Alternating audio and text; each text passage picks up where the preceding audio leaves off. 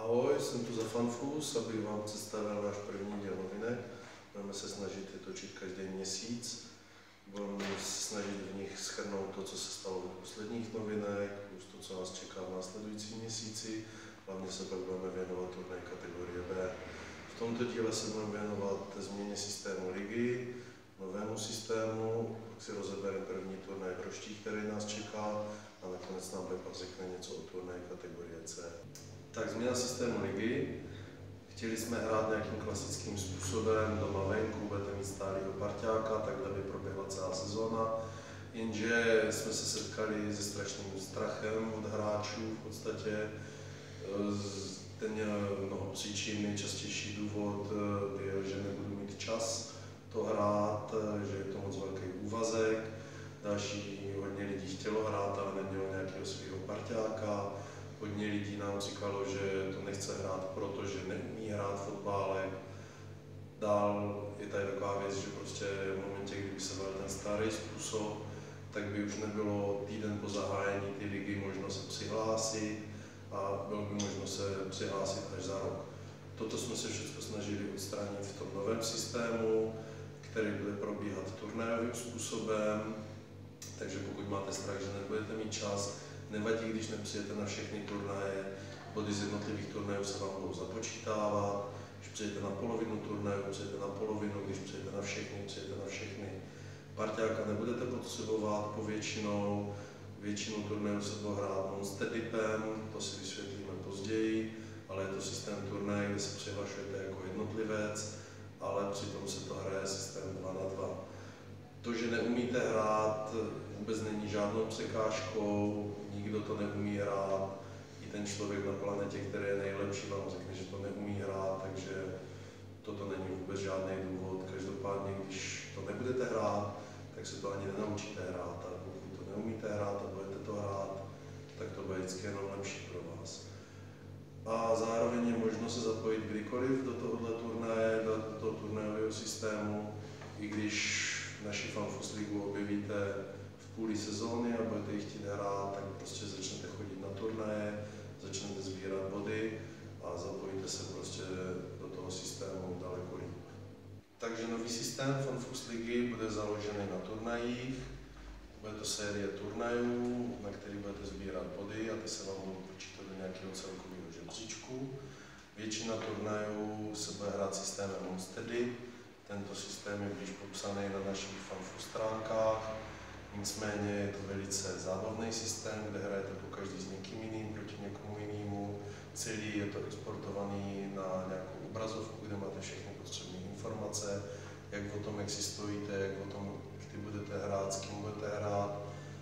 Celý je to přehledně udělaný, navíc je tam časové rozložení, který není problém vůbec dodržovat. Jakmile se stanoví nějaký formát toho turnaje, tak to tak prostě bude. Nehrozí, že budete hrát ve 4 ráno finále, začne se v 7, skupina skončí v 10 hodin, v 11 hodin je dohraný play-off, všichni jsme spokojení. Takže typy turnajů budou 3 typy turnajů, Ačkovej, Bčkovej, Cčkovej. Cčkovej turnaj je nejčastější, nejběžnější, nejméně bodovaný. Na tomto turnaji dostanete tolik bodů, kolik hráčů necháte za sebou plus 1. Poslední hráč má prostě 1 bod. Když jste druzí od konce, máte 2 body. Když jste první, máte tolik bodů, kolik tam bude hráčů. Tento turnaj může probíhat jakkoliv často. Budeme rádi, když v rámci komunity budete dělat sami ve své domovské hospodě. My vám rádi dáme na náš web a budeme zahrnovat výsledky do celkového bodování. Další turnaj je kategorie B, ten už budeme dělat výhradně my, je jenom jednou za měsíc. Na tomto turnaji dostanete 10násobek toho, co byste dostali na turnaji kategorie C, takže opět je to odvislý od počtu lidí, kteří se přihlásí, ale máte zde 10krát víc bodů. Poslední turnaj je kategorie A, který se koná jenom jednou za rok, bude na konci sezóny místo posledního Bčka. Tento turnaj je za 50násobek Cčka v podstatě, takže poslední hráč dostane 50 bodů, první dostane tolik, kolik tam bude lidí, krát 50.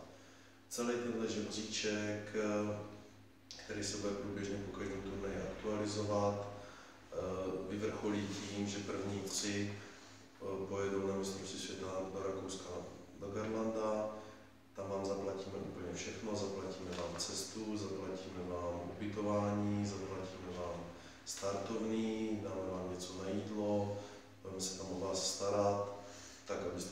toho turnaje dobrý pocit a aby vás to rozhodně bavilo.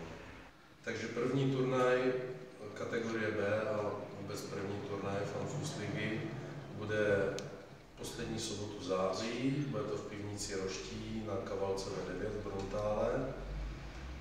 Turnaj začíná 19:00. 19:00 posíláme první hráče na stůl, takže doporučujeme přijít tak v 18:30, abyste se stihli v klidu zaregistrovat, rozkoukat a v 19 hodin posíláme první lidi na stůl. Pokud přijete později, neznamená to, že se nemůžete přihlásit, můžete, ale už budete hrát méně zápasů než lidi, kteří tam budou od těch 7 večer. Pozdní přihlášení je možné do půlky ty základní skupiny, to znamená do 8:30. Po 8:30 už pak poběžíme v té sestavě, v jaké budeme.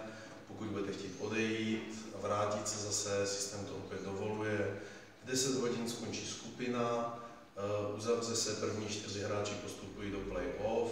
V 11 hodin by mělo být dohraný finále a můžeme pít, oslavovat, je sobota, v neděli nikdo nestává.